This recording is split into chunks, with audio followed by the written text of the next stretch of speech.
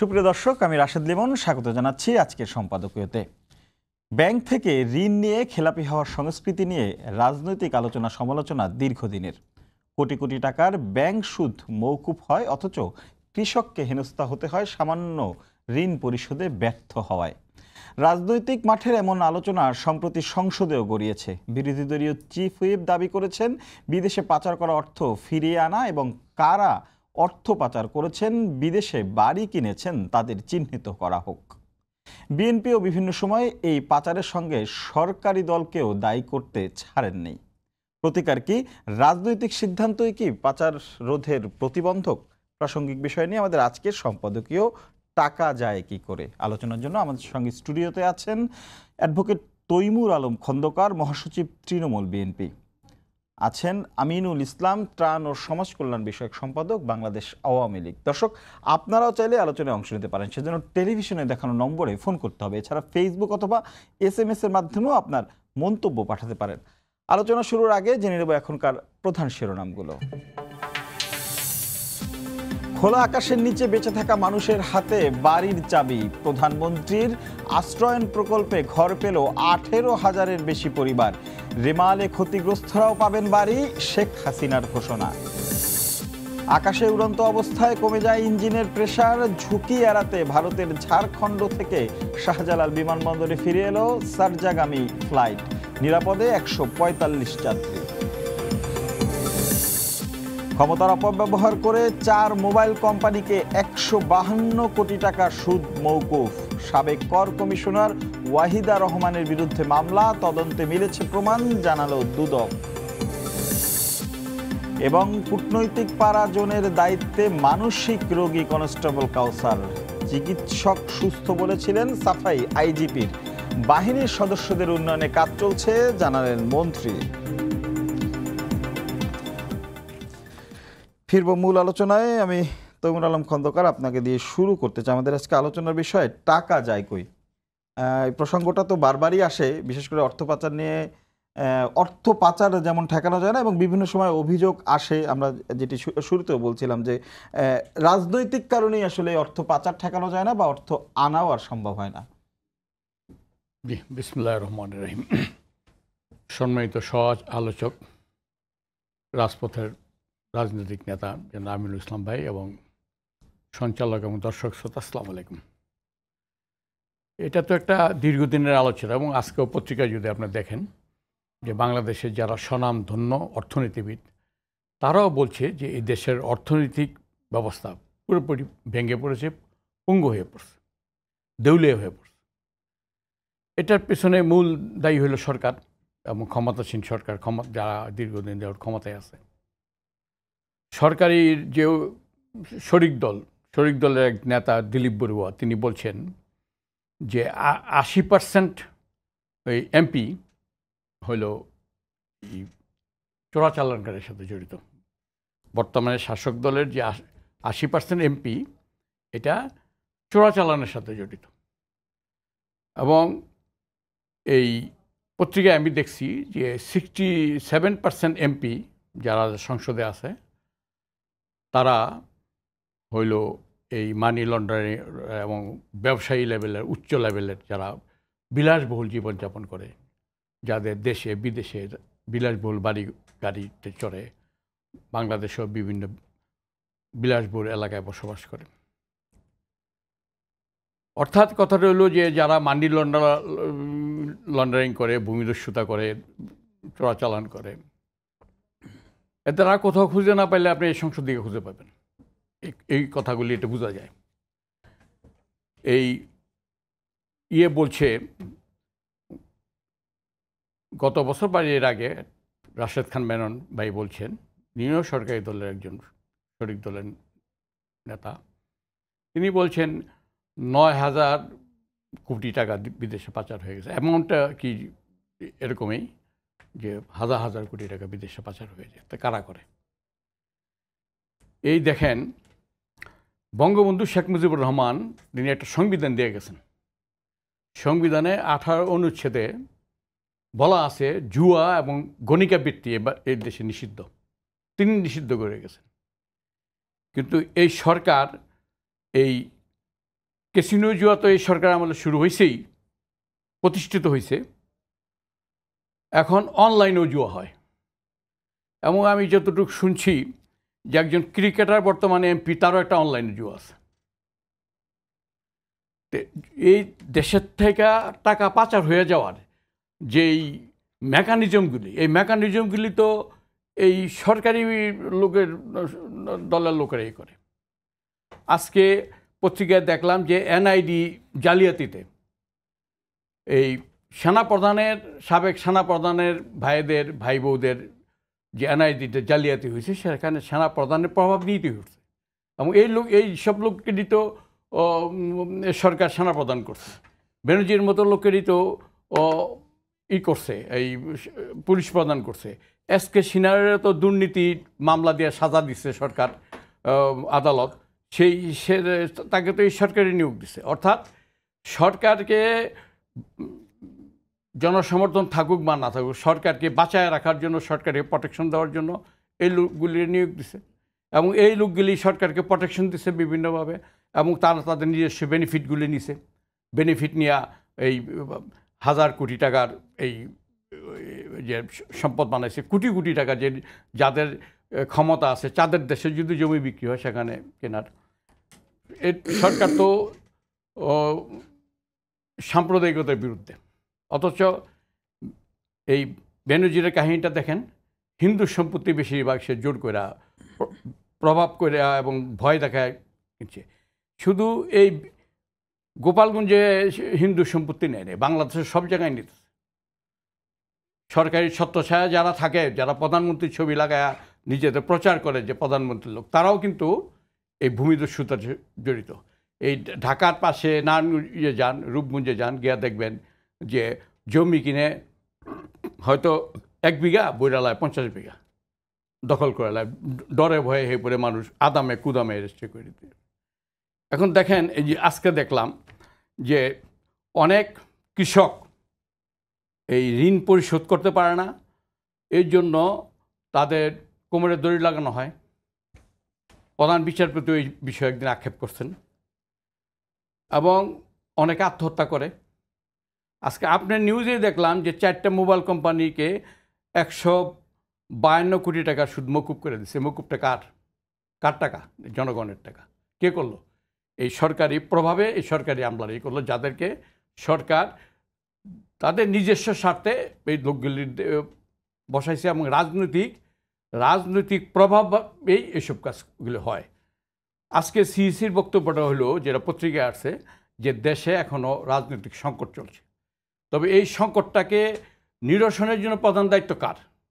সরকারের। এই প্রসঙ্গে আসবো আবার, আমি একটু আমিনুল ভাইয়ের কাছে। জামিনুল ভাই, যে বিষয়টা বলছিলেন তৈমুর ভাই, বা আজকে আমাদের আলোচনার বিষয়, সেটি ধরেই তিনি যে বিষয়টি বলছিলেন, যে আমরা জানি যে 2টা বিষয়, একটা হচ্ছে খেলাপি ঋণের বড় বড় মোটা দাগে যারা নিয়েছেন তাদের ক্ষেত্রে মৌকুফ হয়, কিন্তু পক্ষান্তরে আমরা কিন্তু দেখি যে কৃষকদের, যেটি তুমি বলছিলেন, যে কৃষকদের কোমরে দড়ি বেঁধে সামান্য কয়েকটা টাকার জন্য নিয়ে আসা হয়। এই যে একটা বৈষম্য। আবার ধরেন অর্থ পাচারের বিষয়টি তো অস্বীকার করার কিছু নেই। বেগমপাড়া বলি বা দুবাইতে বড় বড় কটেজ ভিলা বলি, সেগুলো যে অর্থ পাচার করা হয়েছে, এগুলো তার ভাষায় তৈমুর ভাই যেটি বলছিলেন, যে এই মেকানিজম সরকারি দলের লোকজন বা তাদের পৃষ্ঠপোষকতাই হচ্ছে। লিমন, আপনাকে শুভেচ্ছা। বিজ্ঞ আলোচক প্রিয় তৈমুর ভাইকে ধন্যবাদ, এবং সম্মানিত দর্শকদের প্রতি আমার সালাম। প্রথমত, খুব ভালো একটা বিষয় নিয়ে আপনি আজকে আলোচনার অবতারণা করেছেন।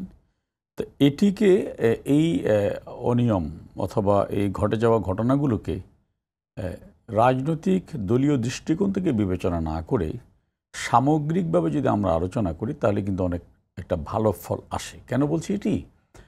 বাংলাদেশে অর্থ পাচার এই প্রথম নয়, অথবা কৃষকের কোমরে দড়ি বাঁধার ঘটনা এই নয়। এই কৃষকের কোমরে দড়ি বাঁধা নিয়ে সক্রেটিসের একটা বিখ্যাত উক্তি আছে। তিনি বলেছেন যে আইন গরিবদের শাসন করে, আর বড়লোক আইনকে শাসন করে। এটা সক্রেটিস বলেছিলেন আজ থেকে কয়শো বছর আগে। তো দুর্ভাগ্য হচ্ছে কি, সভ্যতার এত বিকাশের পরেও আমরা ওই বাস্তবতা থেকে বেরিয়ে আসতে পারছি না। এখন এই জন্য দায়ীকে আওয়ামী লীগ না বিএনপি, এই তর্কের মধ্যে যতদিন আমরা থাকবো ততদিনে এই কাজটা হতে থাকবে। কেন বলছি? কিন্তু স্মার্ট বাংলাদেশেও কেন এটা হবে না না, ডেফিনেটলি আমি সে জায়গায় আসছি। স্মার্ট বাংলাদেশে কেন হবে, খুব ভালো প্রশ্ন। এটা কেন বলছি আমি, যে কৃষকের কোমরে দড়ি বাঁধা হচ্ছে, কিন্তু আপনি কি ভুলে গিয়েছেন যে কৃষকরা পয়সা দিয়ে সার কিনতে চেয়েছিল, তাদেরকে দড়ি বাঁধেনি, গুলি করে হত্যা করা হয়েছিল। কানসারের বিদ্যুতের দাবি করেছিল, 22 জনকে হত্যা করা হয়েছিল। আমি আজকে একটু আগে সেই কানসার থেকে আসলাম। তো হ্যাঁ, তার মানে আমি বর্তমান হওয়াটাকে আমি জায়েজ করতে চাচ্ছি না। অর্থাৎ সেই কালচারটা যদি আমরা প্রত্যেকে স্ব স্ব জায়গায় দাঁড়িয়ে প্রতিরোধ করতে পারতাম, তাহলে আজকে আলোচনাটা হতো না। এখন আসি যে টাকা যায় কোথায়। খুব ভালো কথা বলেছেন।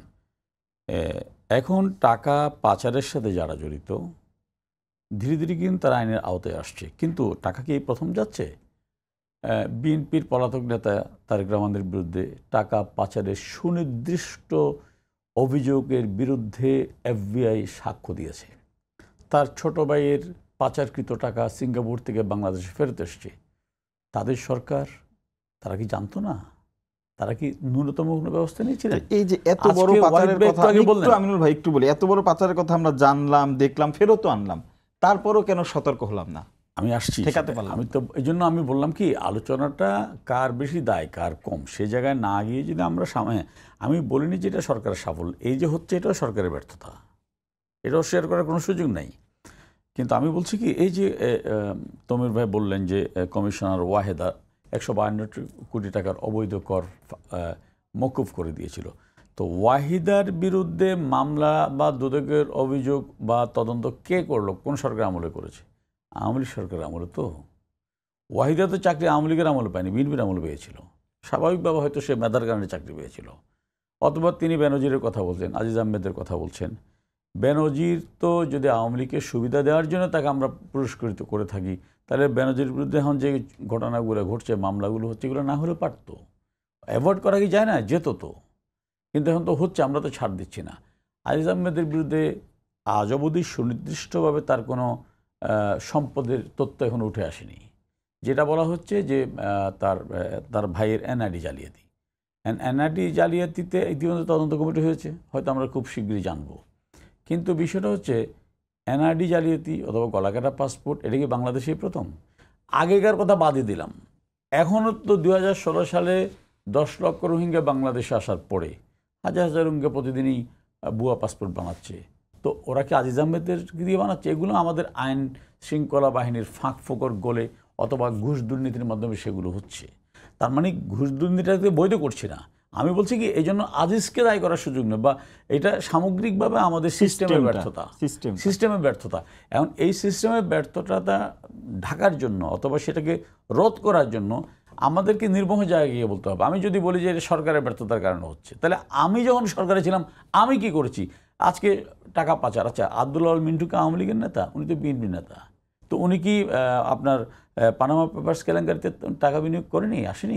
রিপোর্ট এসছে তো, এটা আওয়ামী লীগের কোনো পত্রিকায় রিপোর্ট আসেনি। এটা একদম যে পেপারগুলো, যে পত্রিকা বা মিডিয়াগুলো চরমভাবে এর বিরুদ্ধে কথা বলছে, সরকারের বিরুদ্ধে, সে পত্রিকা এসছে।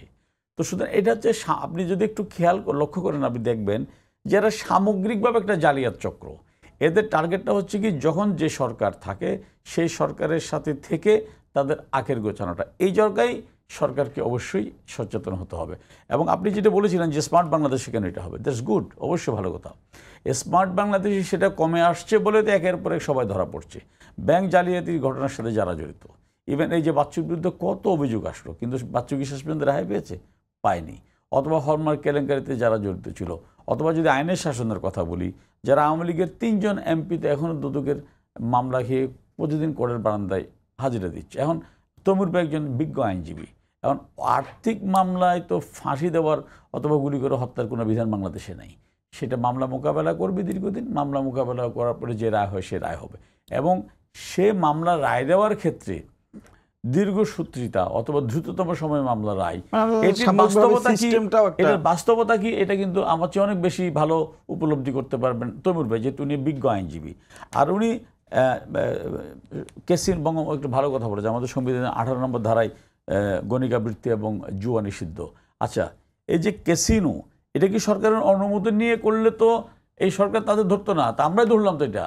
এবং আরেকটা বিষয়, ক্যাসিনো এটা বাংলাদেশে নিষিদ্ধ, কিন্তু ক্যাসিনোতে is not part of corruption. পৃথিবীর কোথাও এটা part of corruption, but it is illegal in Bangladesh. আমি বলছি কি, সেটা বলি না, আমি বলছি এটা it is not a part of corruption whole over the world. But যেহেতু বাংলাদেশে এটা অনুমোদন নেই, এটা অবৈধ। এই অবৈধ কাজের কারণে তো সেখানে যারা ছিল তারা ধরা পড়েছে, এবং তাদের ধরার ক্ষেত্রে সরকার কি দলীয় কোনো পরিচয় আচ্ছা, আমি সময় কম তো, আমি একটু আছি তমুবের কাছে আসি, আবার আপনার কাছে যাবো। যে বিষয়টি বলছে যে অভিযোগগুলো তোলা হলো, যে নাম ধরে ধরে বলা হলো, আমি একটু অত ব্যাখ্যা দিচ্ছি না, আমি একদম ধরিয়ে দিই আপনাকে যে বিষয়টি। তিনি বলছেন যে সরকারের সদিচ্ছা আছে বলেই এই জিনিসগুলো সামনে এসেছে, এই জিনিসগুলো নিয়ে এই জিনিসগুলো এখন ধরা হচ্ছে। আমি মনে করি এইসব বিষয়ে সবচেয়ে অবদান হলো মিডিয়ার। মিডিয়া যখন ধরে তখন সরকার তার মুখ রাখার জন্য বাধ্য হয়ে তাদেরকে ধরতে হয়। আমি মনে করি এই ধরনের বেনজির আজকে এই সরকারের ছত্রছায়ায় এবং সরকারের দলের পরিচয়ে বা সরকারের দলে থেকে এরকম বিভিন্ন ঘরে ঘরে এলাকায় জন্ম নেয়। এই আমি একটা নিউজ দেখছি যে আমেরিকাতে 282 জনের বাড়ি আছে, এর মধ্যে 50 জনের ওসি লেভেলের লোক। আপনি শুধু সাধারণ মানুষের কথা শোনেন, তবে দেখবেন যে সাধারণ মানুষ সরকারের সেবাটা পাইতে, প্রশাসনিক সেবাটা পাইতে কি পরিমাণ তাদের হয়রানি হইতে হয়। সংবিধানের 21-এর 2 ধারায় বলা আছে যে প্রশাসনের কর্মকর্তা যারা আছে, প্রজাতন্ত্রের যারা কর্মচারী, এটা টপ টু বটম, তাদের একমাত্র দায়িত্ব হলো জনগণের সেবা করা। কিন্তু আজকে এই জনসেবাটা, এই সেবাটা, রাষ্ট্রীয় সেবাটা 2 ভাগে বিভক্ত হয়ে গেছে। এক বিভাগে বিভক্ত হয়েছে কি, মন মানসিকতার ক্ষেত্রে। লর্ড ক্লাইভ যেভাবে যেই আদলে প্রশাসনটা চালায় গেছেন, এই শোষক হিসাবে, এখন পর্যন্ত সেই অবস্থায় চলছে। আপনি যদি সরকারি দলের নেতা হন বা সরকারি দলের লোক হন, তাই একই বিষয়ে একজন ওসি বা ডিসি বা একজন প্রশাসনিক কর্মকর্তার কাছে, প্রজাতন্ত্রের কর্মকর্তার কাছে যে সার্ভিসটা পাবেন, আপনি যদি সরকারি দলের না হন, তার সেই সার্ভিসটা আপনি উল্টোভাবে পাবেন। সে আপনাকে এন্টারটেনই করবে, আপনাকে দেখাই করবে না আপনার সাথে। সে এই আপনি যেই দেশে একটা নাগরিক, সেইভাবে সে এটা মূল্যায়ন করবে না। কেন মূল্যায়ন করবে না? আমাদের দেশের মন মানসিকতার সিস্টেমটা এরকম হয়েছে যে সবসময় ক্ষমতায় যারা থাকে তাদেরকে তেলবাজি করা, তাদের তেলের মাথায় তেল। সেটা কি আপনার সময় প্রযোজ্য ছিল? যার সময় প্রযোজ্য হোক, এটা ম্যান টু ম্যান ডিফার করে, যার সময় প্রযোজ্য হোক। এটা তো এই সরকার দীর্ঘদিন যাবৎ ক্ষমতায়, এবং এই সরকারের আমলে যেগুলো হচ্ছে সেটাই তো আমরা সমালোচনা করব, সেটাই তো আমরা তুলে ধরবো না। আমরা টক শোতে আসি খালি সরকারের বাহবা গাওয়ার জন্য, সেটা তো না। আপনি যেমন এই যে কনসার্ট যে গুলির কথা, হ্যাঁ, যে গুলির কথা বলছে, যে এই গুলিটাকে নিন্দা করি, 21শে গ্রেনেডকে নিন্দা করি, এবং যেটা জনস্বার্থের বাইরে কাজ যেই করুক সেটাকে নিন্দা করি। পাশাপাশি এই সরকার তো অনেক দাবি করে, এই সরকার তো বলে যে সাম্প্রদায়িকতার বিরুদ্ধে, অথচ দেখা যায় যে সরকারের উচ্চপদ এখন পর্যন্ত যে নিউজ, এই পর্যন্ত এরা তো কোনো প্রতিবাদ, ওই যারা হিন্দু কমিউনিটির লোক গোপালগঞ্জে, তারা তো প্রতিবাদ করে নাই যে আমরা বলি নেই। তাদের বক্তব্যই তো পত্রিকায় আছে যে তাদের ভয় ভীতি দেখায়া এই সম্পত্তিগুলো নিছে। এবং আমরা যেটা জানি, আমরা মাঠে ময়দানের লোক, আমরা যেটা জানি যে আমাদের এলাকাও সে একই অবস্থা, মানুষের জোর জুলুম করে জমি জমা নিয়ে নেয়, এবং সেটা কোনো প্রতিকার আপনি পাবেন না। আপনার যদি আমার বাড়িতে হামলা হইলো, মিডিয়াতে আসলো, সরকারি দলে এমপি হামলা করলো, মিডিয়াতে আসলো 6টার সময় টিভিতে, রাত্রে 9টায় ওসি সাহেব বলছে সাংবাদিকদের কাছে, কই আমি ধরনের কোনো ঘটনা শুনি নেই। যদি কথাটা এলো এই যে দেশটা স্বাধীন হয়েছে কিন্তু সকলের জন্য, বঙ্গবন্ধু বলছে এবার সংগ্রাম মুক্তির সংগ্রাম, সেই মুক্তিটা জনগণের কোথায়? সার্বিকভাবে মুক্তি যদি সরকারি দলের হয়ে যায়, শুধুমাত্র সরকারি দল সেই বেনিফিটটা পায়, তো সাধারণ মানুষের তো সেই মুক্তিটা হইল না। আমরা চাই যে প্রত্যেকটা মানুষের এখন যে অবস্থাটা চলছে, সেটা হলো সম্পদের সুষম বন্টনের জন্য কিন্তু দেশটা স্বাধীন হয়েছিল। যে কেউ খাবে তো কেউ খাবে না, তা হবে না, তা হবে না। It was the slogan of the during the time of liberation movement. জি আমিনুল ভাই, আমরা যখন ঋণের কথা বললাম, অর্থের কথা বললাম, আমি একটু তমিনুল ভাই সময় কম তো এই যে সম্পদের যে বৈষম্য, যাদের 500 বিঘা জমি ছিল বা 200 বিঘা জমি ছিল, তারা 2000 বিঘা সম্পত্তি মালিক। আচ্ছা, আমি সময় থাকলে আবার ফিরবো আপনার কাছে। ছিল সে নিঃস্ব হয়ে সুষম গেছে। বন্টন নিয়ে কথা বলছিলেন তৈমুর ভাই। আরেকটা বিষয় যে বলছেন যে ক্ষমতাসীন এবং ক্ষমতাসীনদের আশেপাশে যারা আছেন তারাই আসলে মানে সুবিধা বেশি ভোগ করছেন, যে কারণে বৈষম্যটা বাড়ছে। না, বৈষম্য অস্বীকার করার জায়গা নেই, কিন্তু আমি উল্টা পৃষ্ঠাটা একটু দেখতে বলবো তৈমুর ভাইকে। আমি খুব বেশি পুরনো সময়ে যাব না, আমি শুধু 15 বছর আগে যেতে চাই। 2008 সালে আওয়ামী লীগ ক্ষমতা আসার আগে বাংলাদেশে 42% মানুষ দারিদ্র্য সীমার নিচে বসবাস করত। তাহলে উনি যেটা বললেন যে আমাদের স্বাধীনতার স্বপ্ন ছিল যে আমরা ভালো থাকব, তো ভালো যদি না থাকি তাহলে সেটা এখন মাত্র 22% লোক আজকে দারিদ্র্য সীমার নিচে। তাহলে 20% আমরা দারিদ্রতা আমরা অবলম্বন করতে পেরেছি। আবার এখন অতি দারিদ্র্য সীমার নিচে বসবাস করছে মাত্র 7% লোক। তো এগুলি কি পজিটিভ সাইড নয়? এগুলি কি উন্নয়ন নয়? এগুলি দেশটা যে সামগ্রিকভাবে আগাচ্ছে, আমার তো মনে হয় এর চেয়ে বড় কোনো এক্সাম্পল আছে। আর সবচেয়ে বড় কথা, 2009 সালে যেখানে আমাদের মাথাপিছু ইনকাম ছিল $572, সেটা আজকে $29 এসছে। এটা তো কাল্পনিক কোনো বিষয় নয়। তো এরকম আমি 100টা এক্সাম্পল আনতে পারবো। তো এখন আমি যদি বলি হ্যাঁ, তারপর এই গড় না, কথা তো হচ্ছে এটা, এই গড় বেড়েছে, কিন্তু এই গড়ের ভাগটা সব সুষম বন্টন হচ্ছে না। আমি তো বলছি সুষম বন্টন তো আমি শুনেন, Rome didn't builds in a day. পৃথিবীতে কোনো কিছু কিন্তু একদিনে হয়নি। আজকে যে আমি আমেরিকা এই জায়গায় আছে, গণতন্ত্রের 250 বছরের গণতন্ত্রের আমেরিকাকে এই জায়গায় একদিনে এসছে, অথবা সিঙ্গাপুরকে আজকে একদিনে এখানে এসছে।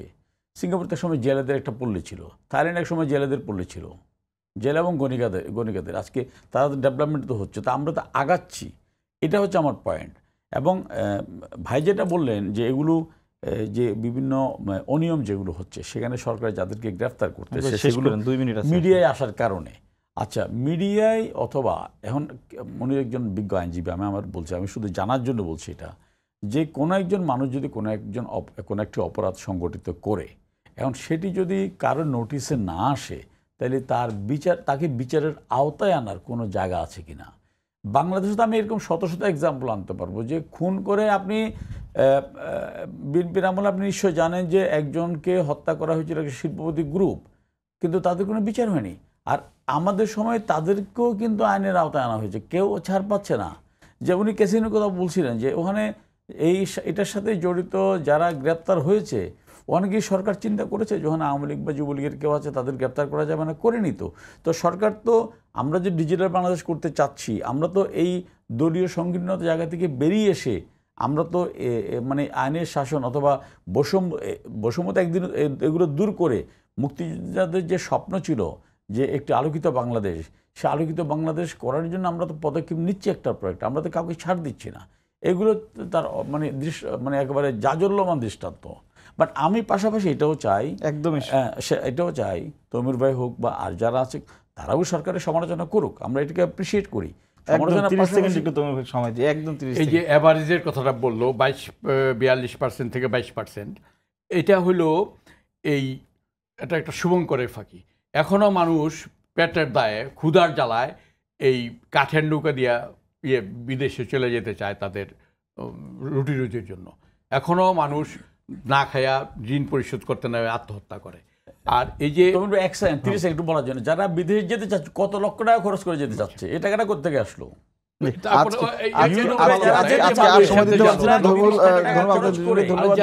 ধন্যবাদ জানিয়ে শেষ করছি। আবারও দেখা হবে রাত 10টায়, দেখার আমন্ত্রণ রইল। শুভরাত্রি।